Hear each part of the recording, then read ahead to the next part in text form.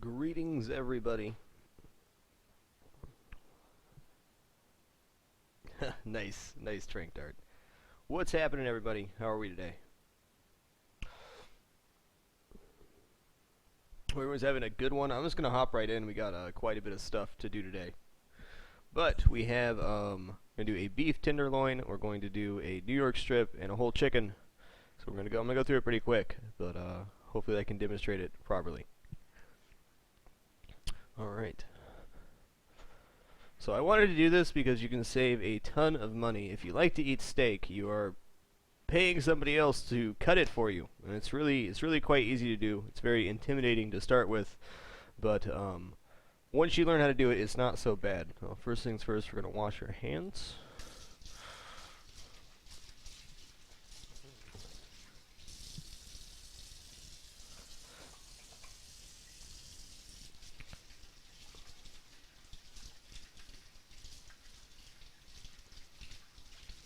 Alright, I still remember very vividly cutting my first beef tenderloin and how nervous I was. But if you're doing it at home, even if you mess it up a little bit, you're still going to save considerably more money than you would buying it pre-cut. You can order these from, your grocery store, or you can go to like places like Cash and Carry. There's all sorts of places that you can buy these larger cuts of meat and cut them for yourself. Okay, this is an exceptionally large tenderloin.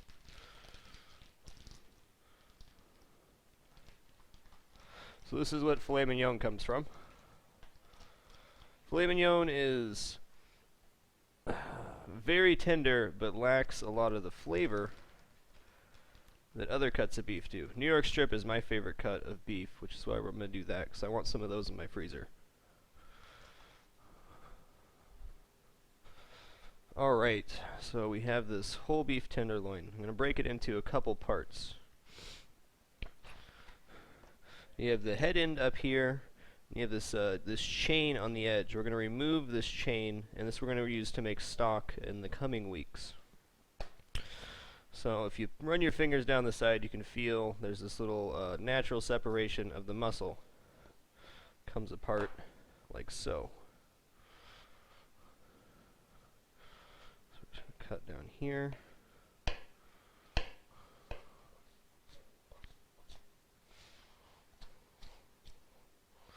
You can see it just kind of naturally separates if you just cut the edge. You can just pull it right on off. Half. I'm going to put all the stuff that I want to keep for making stock in here. We'll put the rest of the scrap in another one.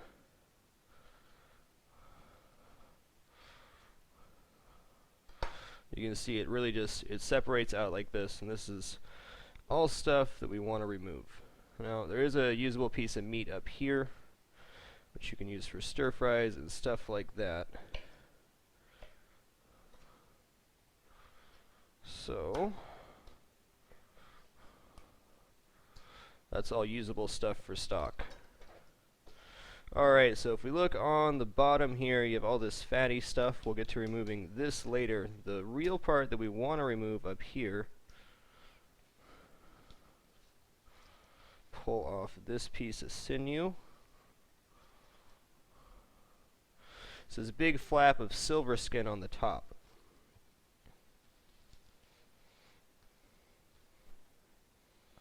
So this is crap we don't want to use. Okay, the trick here is you want to remove this piece of silver skin in as few strokes as possible. So I'll show you how to do that here shortly. It's been a while. Okay. So this is all inedible product, nasty, grainy silver skin. So how we remove this is you want to make a small cut going this way. This is where most people cut themselves, myself included. You're going to pull up, let's see how it looks in the camera. You're going to pull this piece of skin up and basically leave tension on the knife.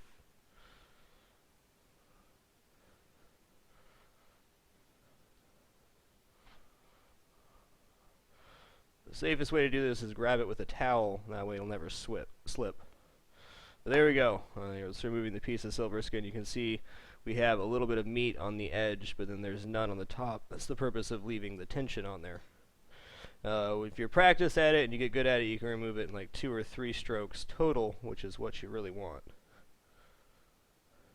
But pulling it tight and then riding the knife along the edge makes it a little bit sharper than I thought.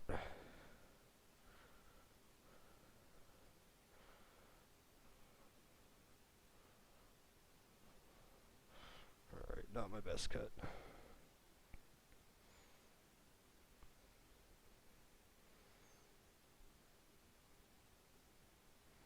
It just takes a little bit of practice, and yeah, you're probably not going to get it great the first time. If you're out of practice like myself, you're probably not going to do your best cuts ever, but you're still going to be saving a lot more than you would having somebody else cut it for you. Okay, it gets a little bit trickier in here. There's a big chunk of fat. We'll just try to remove that like so.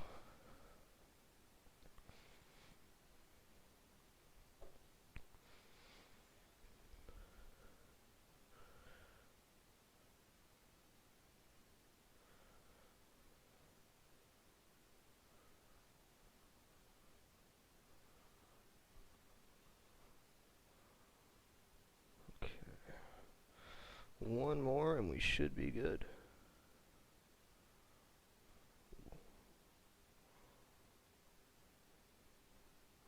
Alright, so we got all the silver skin off the top. I guess we got a little more down here.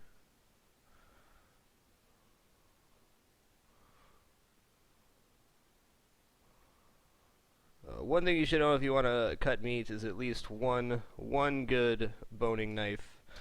Something you really have to have if you want to fabricate meat. You can do it with just a chef's knife, but it's going to be much more difficult. Okay, so now we got all the silver skin off the top, and now what we want to do is remove some of this fat off the bottom.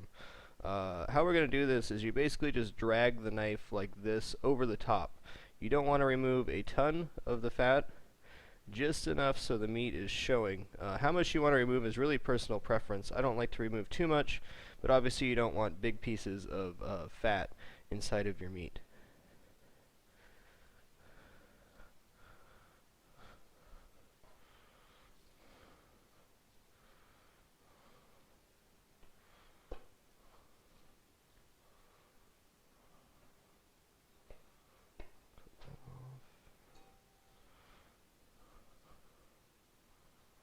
Okay, a little bit more on this side. This is a really, really big tenderloin, very fatty as well. That's good. Means it'll have more flavor. Alright, there's also this piece of sinew on this side. It's just kind of like a little patch. This one comes off a lot easier than the other side. Just peel it on down.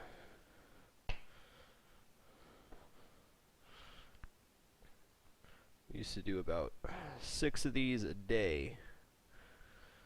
It's been a good 2 years though.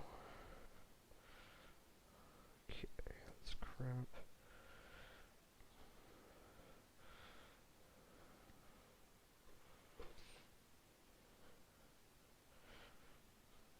Let's get any of the big chunks of fat out there. There's always a really big chunk in here. This is kind of 2 separate pieces of meat.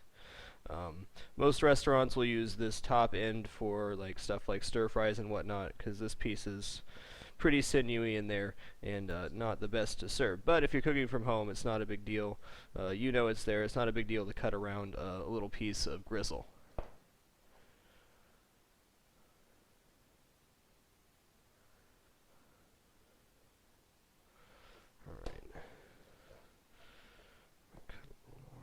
And you can always trim it up a little bit after you cut it too, so it's not a big deal if you have a little bit of stuff on the outside that you don't want.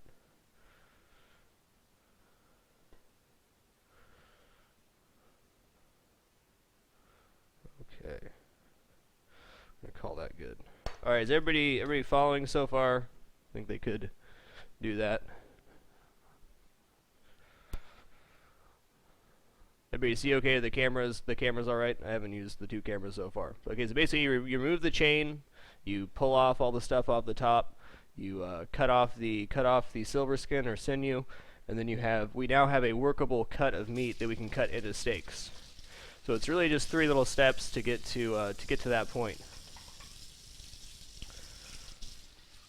The New York's actually much easier than the Tenderloin. The Tenderloin, I don't know, it's kind of intimidating to work with, I guess.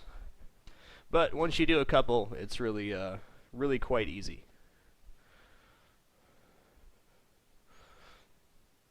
Well, of course, we had a scale. We could weigh them out. I can eyeball or 5 or an 8 ouncer pretty well. Okay, well, this tail piece, I'm just going to cut off a little bit. I'm going to put this in our scrap bin. This piece never makes a very good steak.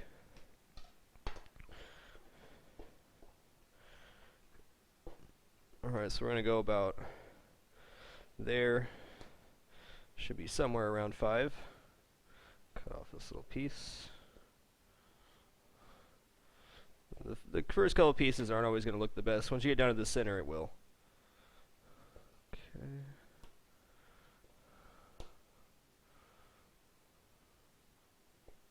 I like to leave a little bit of fat on these, just because tenderloins don't have the best fat content. So when you have fat in your meat, that's when you get a lot of flavor in there.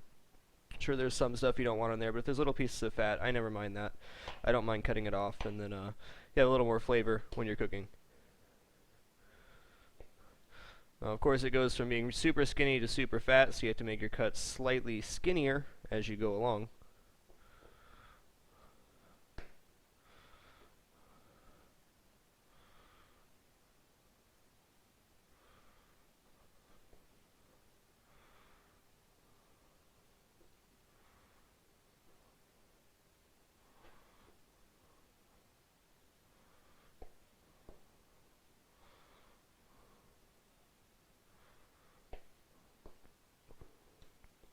Okay.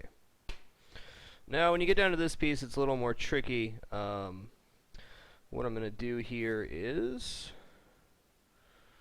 I'm actually going to split this down the middle. Remove this little piece of silver skin.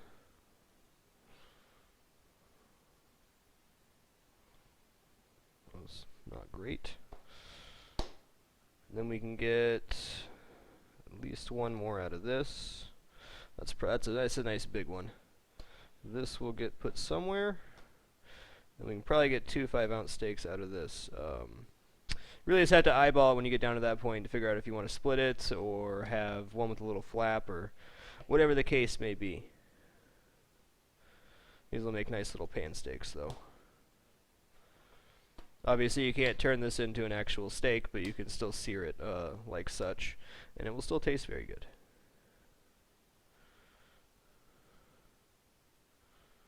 It's not a bad thing if you have a scale to start weighing them out so you can get a better idea of eyeballing them, but really if you're cooking from home, it's not a big deal if one weighs another ounce than another. Alright, so that is our beef tenderloin. It's nice and easy. Okay, throw these on here.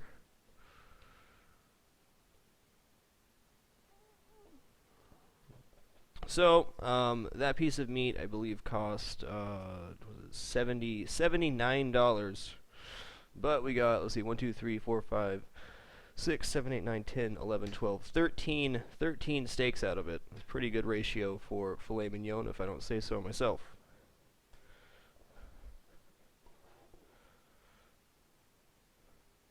Well, what I'm going to do with the meat is I'm going to cook it, but I'll put a bunch of it in the freezer. I don't eat that much steak, but we'll have steaks in the freezer. You pay so much more for meat when you have somebody else cut it for you, like at least probably a third more. So once again, even if you, well, I guess butcher is not the right word for it, but if you mess it up a little bit, you're not going to be losing your money just from paying somebody else.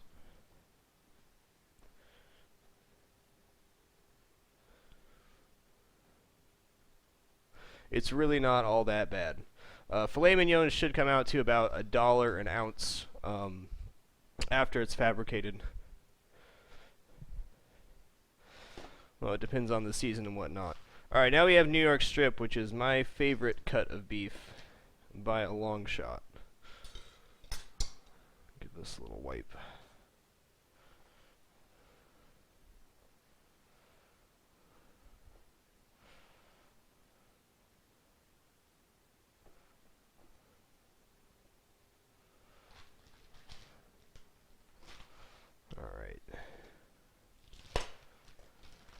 New York strip, I believe, is the best balance between flavor and texture. It has just wonderful marbling, very tender. Not as tender as a filet, but it's up there.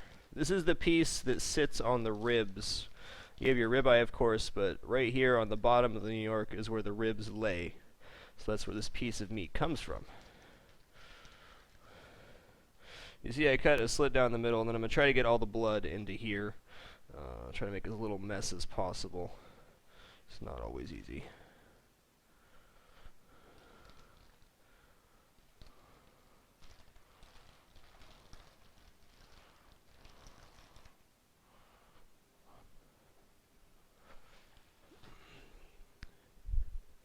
Alright, New York strip. So the New York strip has two ends. It has this fat end and the skinny end.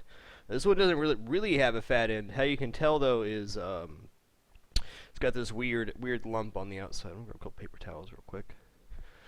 The less blood you have on your stuff, the less slippery it's gonna be, which usually equals less cutting yourself. So I'm just gonna dab this off.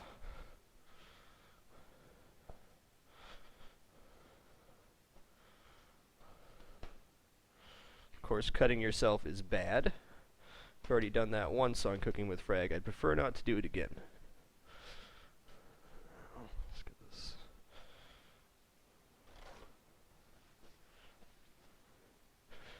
Alright, New York strip is nice and easy to cut.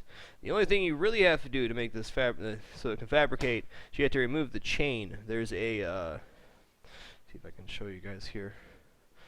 This piece right here is inedible, so you want to remove the chain. So what we're going to do, we're going to make a cut like this and remove this back piece, and you'll see what happens when we do that. So you make a pretty deep cut right here, and you can see, wow, this is a weird looking cut, to say the least. So you remove this top piece. This is all stuff you cannot use. And then if you run your finger down, yes, really weird cut. There is a chain here that we want to remove. Although on this one it's almost like the chain is non-existent. It's just right here, which is strange. Usually there's an even piece that runs right down the bottom that you want to remove. Yeah, there it is. Well, every cow's different.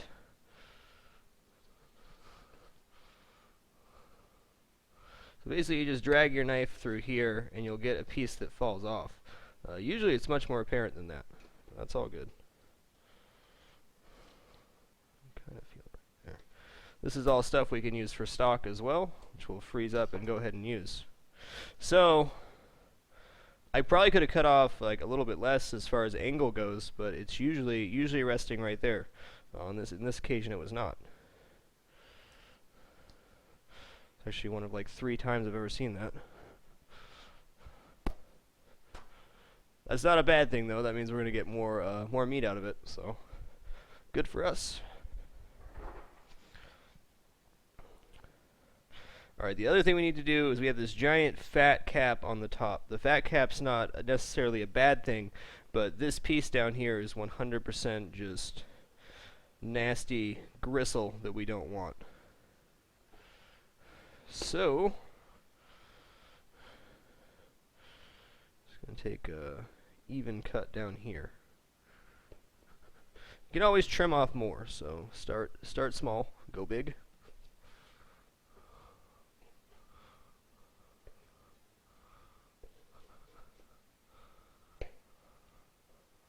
Let's take a look at that. This is a really strange piece of meat. Alright, well, that'll have to do for now.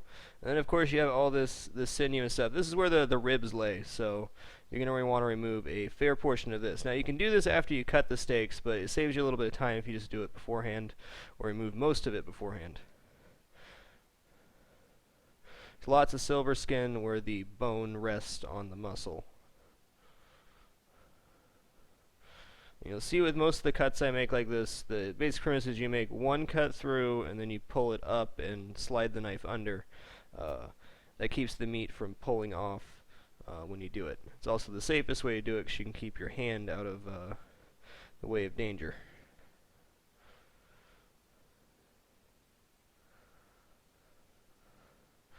It's a little bit too deep.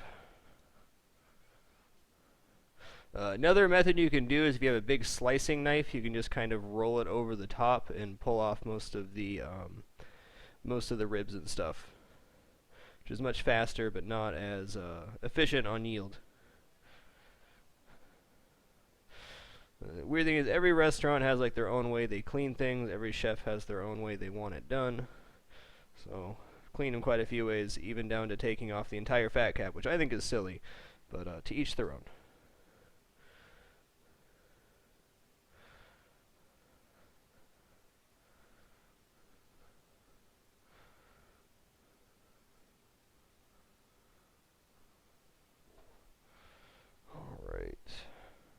Not too worried about getting all of it, but I'd like to get a decent portion of the silver skin off. Do a little more on this side and we'll call it good.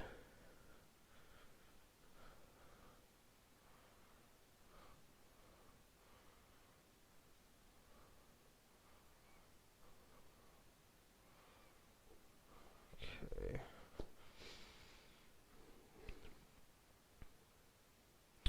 Alright, we'll just trim it down after we cut them. That'll be the easiest way to go. Gonna wash my hands real quick so they aren't all slippery, and then we'll cut some steaks. That is it. That's all you really have to do to trim down in New York. I'm telling you, this cut was weird. That was a healthy cow.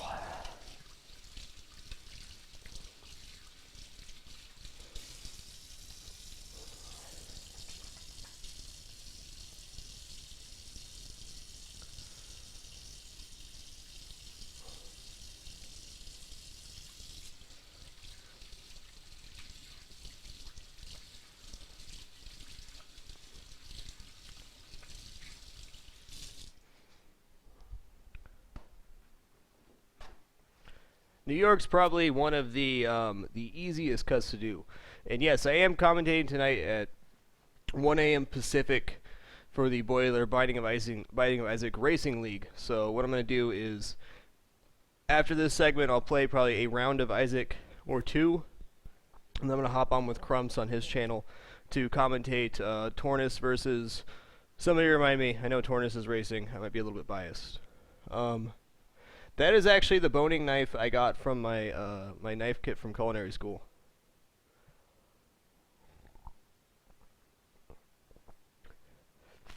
Rum. Alright. Tornus versus rum. So we'll be doing that one. And then whatever happens after that, we'll see. Alright. So when you cut New Yorks, you want to start from the skinny end and go to the fat end. The reason you want to do that is there is a giant piece of sinew that runs through the fat end. Most restaurants will stop right about here. Basically the rule is if you see the line on one side and not the other, that's the last steak that you cut. The reason for that is it's an inedible piece of sinew inside of the meat. If you're cooking from home, I could care less if I have to cut around a piece of sinew, but it's not great. So there's a little line. You can kind of see it here, but it becomes much more apparent inside. This is just an inedible piece of stuff. So we're going to start from this side and cut off some steaks, and then we'll trim them down. This is one thing you can just eyeball. I usually shoot for about 10 ounces. That's what I want. And of course we'll have to trim these down as far as the fat cap and stuff goes. But that's no big deal. That one's probably closer to 12. Okay. This is a beautiful, beautiful New York strip. This is easily my favorite steak to eat. When I did the pan steak episode a long time ago, I guess it wasn't that long ago, this is the cut I used.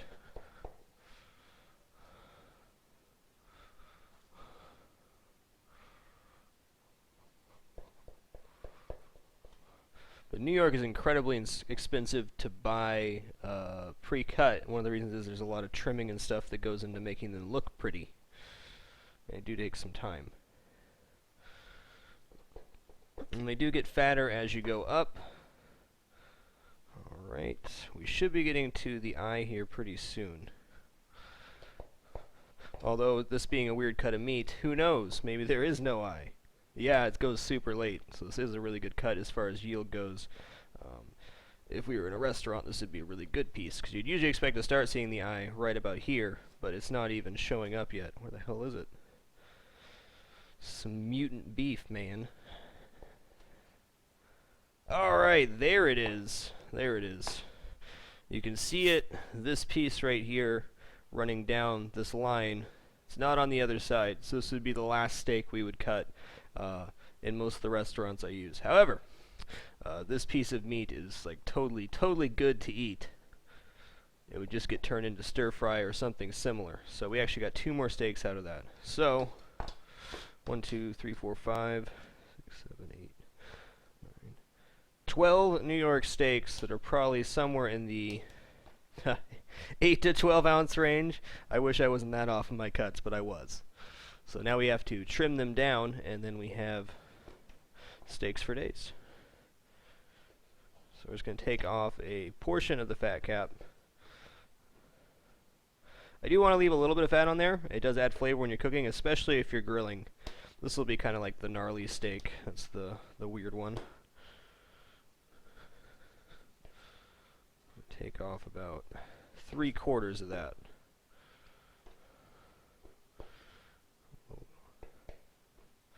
The fat will smoke up and add flavor while you cook. You can see we got a piece of sinew here. Not looking too forward to the chicken, but I think it's important to show that, because buying a whole chicken and cutting it yourself is so freaking cheap. Like, chickens cost nothing, and great source of protein. Alright, we'll call that one good.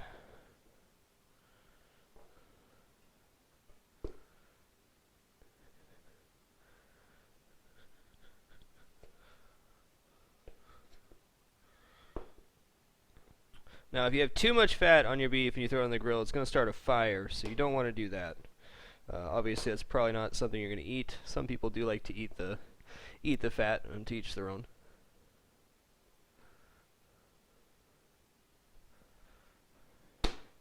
Now we start getting up to like a gnarly piece like this. Probably don't want this piece on there, so we'll cut off most of the tail.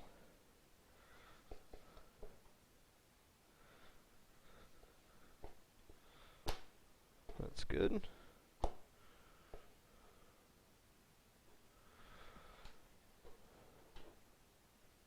And then we'll be doing stocks next week. I'll do a beef stock next week. That'll be a nice short episode, but we'll cut all the stuff for stock.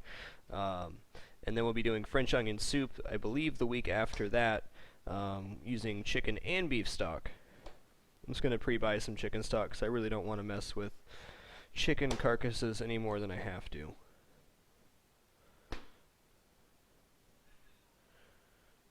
Okay.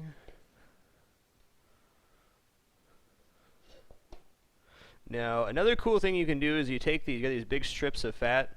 You can cut them into little cubes and render them down a little bit, and just like a low pan, and have some beef fat laying around. Searing your beef in beef fat is one of the most flavorful ways to cook it, and you're sitting on a natural resource of a ton of fat when you cut in New York. This is about as pure and solid of beef fat as you're going to find on any cut of beef.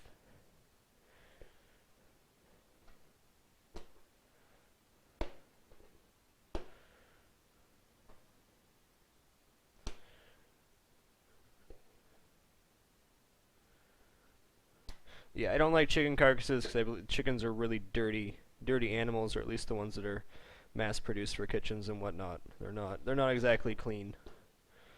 I guess any meat's not, but chicken's I just find the slimy feel of them gross. I love eating chicken. I'll cut it. I'll enjoy it, but the less I have to mess with them, the better. In fact, that's one reason that some people don't cut their own chicken, because they're gross, but it does save you a ton of money. Chicken confirmed, dirty animal. It's true.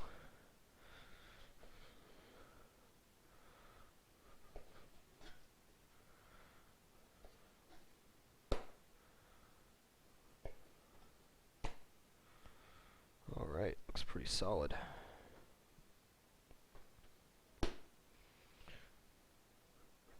This is probably the best one out of the bunch.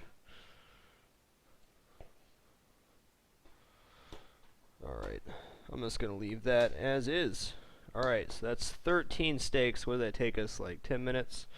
If that. Probably take you a little bit more the first time you do it, but it's not the end of the world.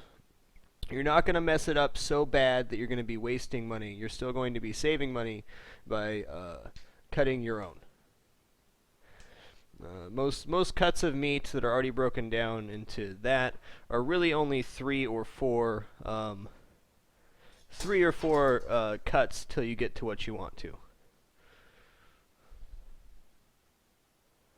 Look at all that meat. I mean, I don't eat very much steak, so that's going to last me for a long time. Just throw it in the freezer.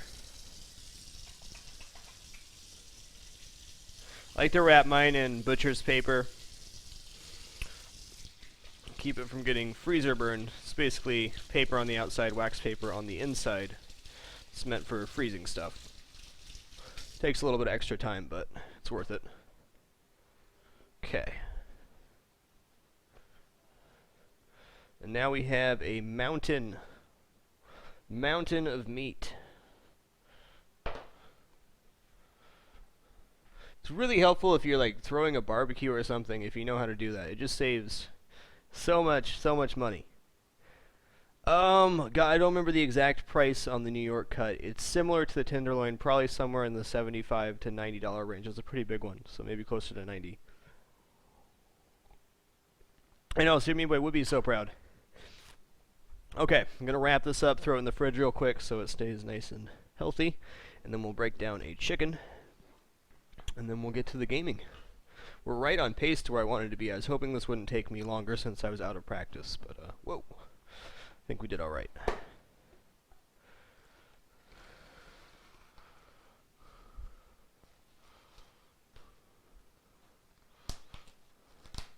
Cutting meat is something a lot of people are very afraid to do. I'm here to tell you it's okay. You're not going to mess it up so bad. You're not going to make raw meat inedible by messing up the cuts. You're not going to lose a ton of money by cutting it yourself. You'll in fact still save money even if you slaughter it. It's still going to be able to be eaten, and it's all good.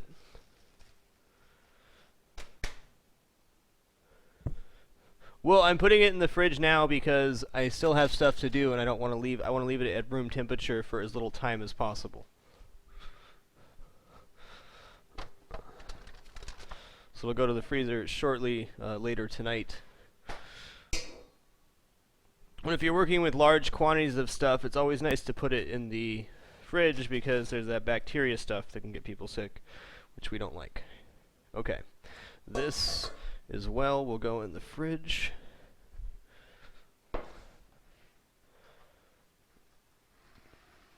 That was just New York strip. Strip steak is another name for it, MCAM. But I mean, if you ask for New York strip, everybody's gonna know what you're asking for. Okay. I know this is not the most vegetarian-friendly episode, but that is what it is.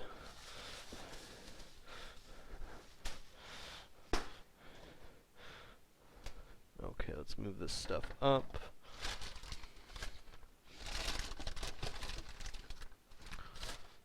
That mushroom. Okay.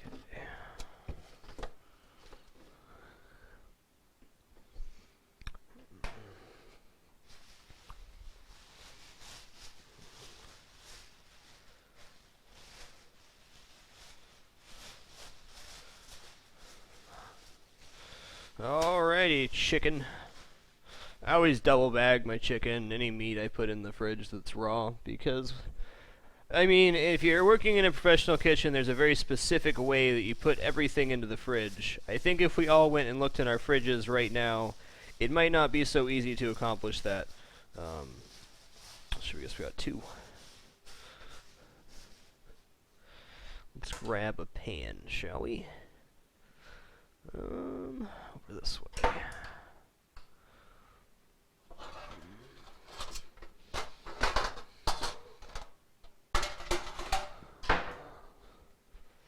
Just being realistic, I mean, when you're in a kitchen, it's like, it's a big deal. Like, everything has a place. You always put the chicken below the beef and all that stuff.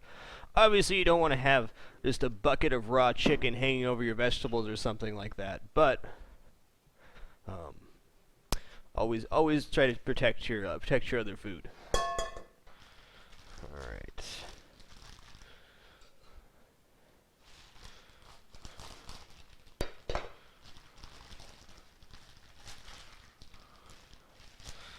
Little tiny chickens.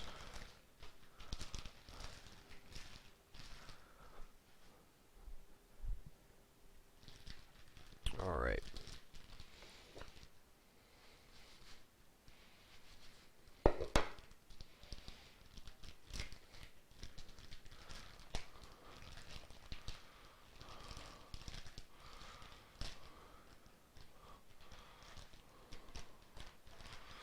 Alright, that's not too bad. Open it up that way because there's a lot of pooled blood in the bottom. Less of that gets splashed around, the better. Oh, look, it's a little chicken.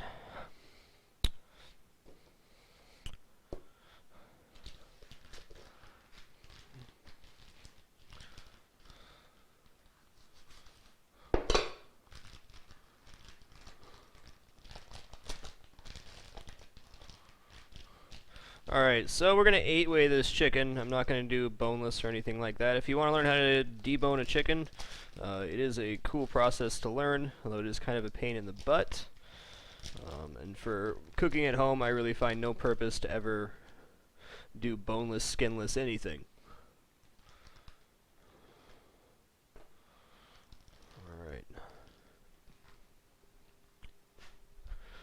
Alright, so obviously we can see what's going on here. We have our chicken breasts, our legs, thighs, wings,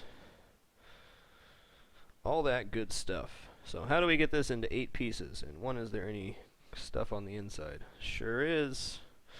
This little heart and kidney, liver.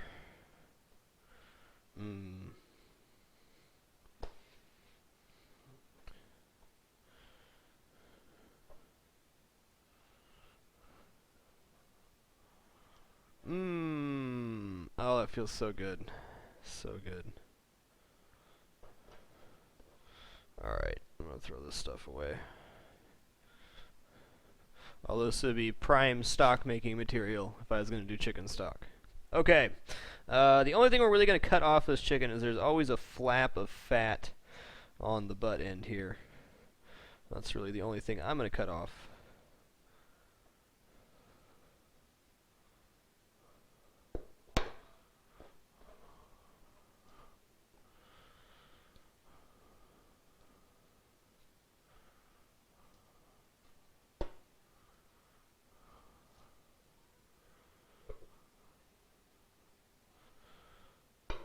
Alrighty.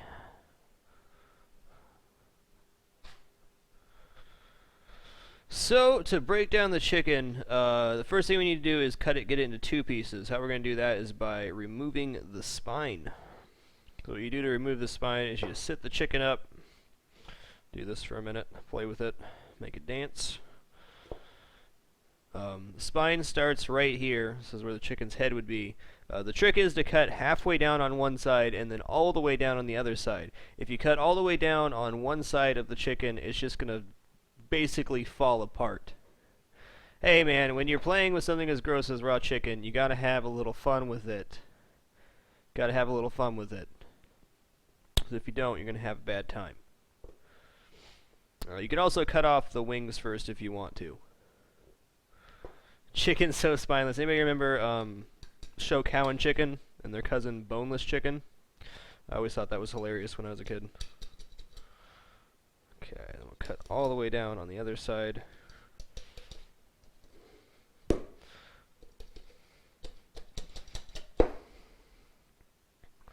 Sharp knife is definitely helpful here, though it's not required.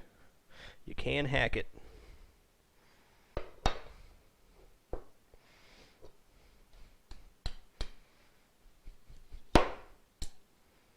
and I'm hacking it.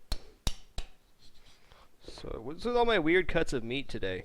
I need to know what's up with that. Alright, I'll just do it this way then if you insist. What is with all my weird cuts of meat today? Alright, so we have boneless chicken, spineless chicken. To get it into halves, all you do is this is the breastbone right here. There's a very, you can see the whiter piece of the breastbone right here. All you do is give that a little tap with your knife, and then you should be able to cut directly through, and you have a half chicken. I'm going to do the same to the other chicken, and then we'll go from there. I'm just going to clean off my knife real quick.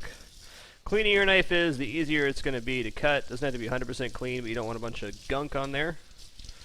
It's never helpful. Alright, so same process. I'm going to set the chicken up on its butt. You can, if you run your fingers down, you can kind of feel where the spine is. Every chicken's a little bit different, just like we saw with the cut of beef. So sometimes you cut too deep. My knife is not as sharp as it should be. There we go, that was much better than my last attempt.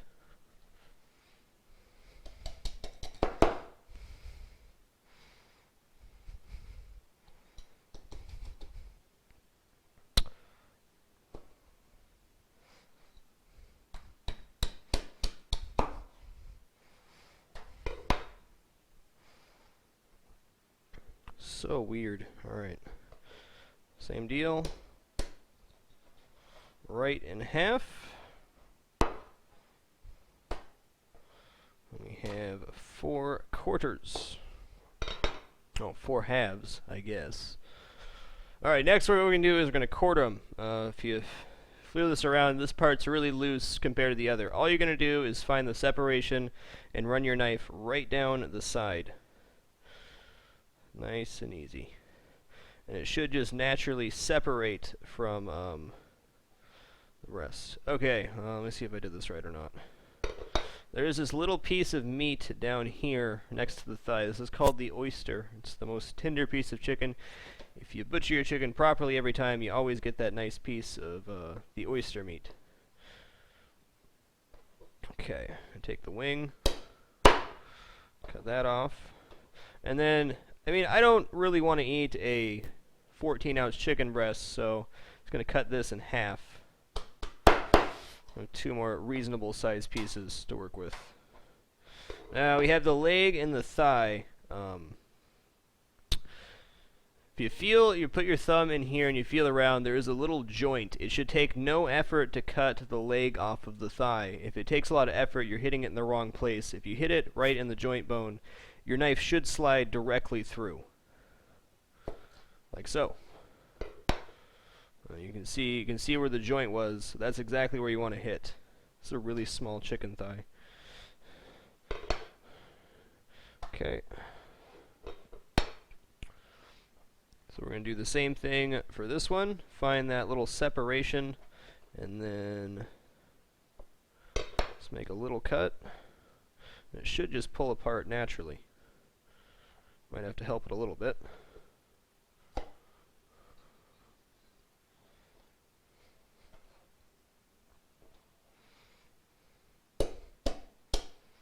The same thing goes with the wing. If you hit it in just the right spot, it should fall right off. Of course, I did not do that there. I'm by no means a professional butcher, but I've done enough of this to know it's not that bad. The only thing is you have to deal with gross raw chicken, which is nobody's favorite. Well, maybe it's somebody's favorite, I don't know. To each their own, I suppose.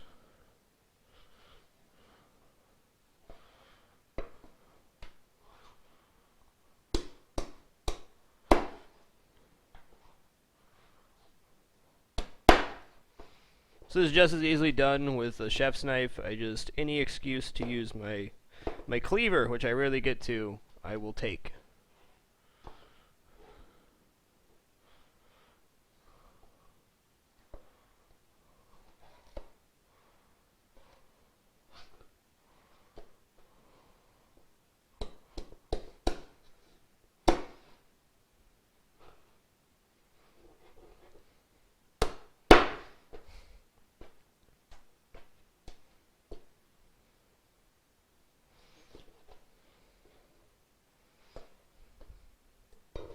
Alright, that's it. That's 2 whole chickens worth of stuff. We can just go from there. I'm going to wash my hands real good. I'll talk to you guys, and then I'll load up the gaming cast, and then I'll go AFK for a minute because I have to clean up all this stuff and wrap up the meat, so I might be gone slightly longer than normal. Probably take me a good 15, if not 20 minutes. But I'd like to get that done sooner rather than later.